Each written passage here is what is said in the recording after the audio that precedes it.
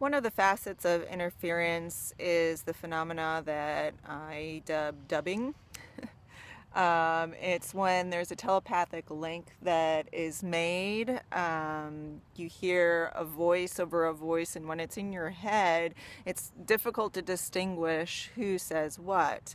And also when you're dealing with your own thoughts, you have things going on in the back of your mind, so you have to figure out if it's coming from you inside your head, if it's coming from your inner voice, your inner voice, and how many layers of you are there to distinguish between possibly another person who might be talking to you. And also the fact with interference is how you tell yourself from another voice if it's monotone in your head. What do you do to make it different than any of the other voices if there are more people who are connected to you? So there's this thought of creating, if you think of speech patterns, tones, pauses,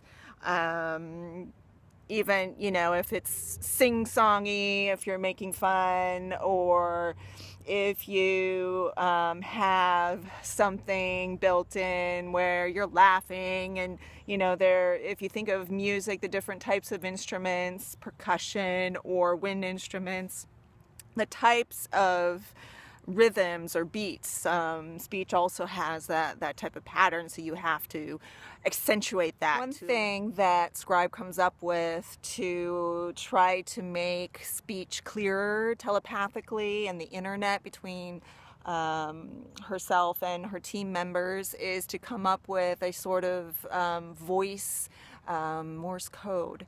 For example, to answer affirmatively yes or negatively no, she opts to have other people or herself say affirmative instead of yes or no.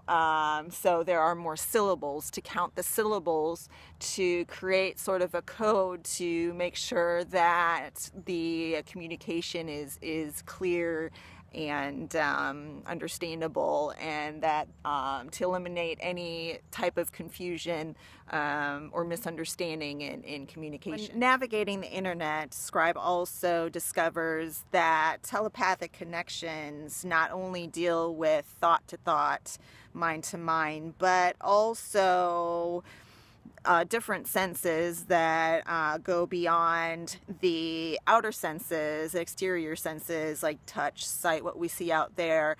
There are more inner senses, and a lot of it, how we interpret it, is the fact that we have these emotions, these senses that deal with our internal organs, or how you interpret it, like the heart or breath. How do you describe how breath is? The different senses of what's in your lungs, for example. You never really think about it unless it's a really cold day and you're inhaling really, really cold air. But what happens when, for example, you are in the nice, cozy warmth of your house and all of a sudden you feel this like frigid breeze inside your lungs, and that's not normal.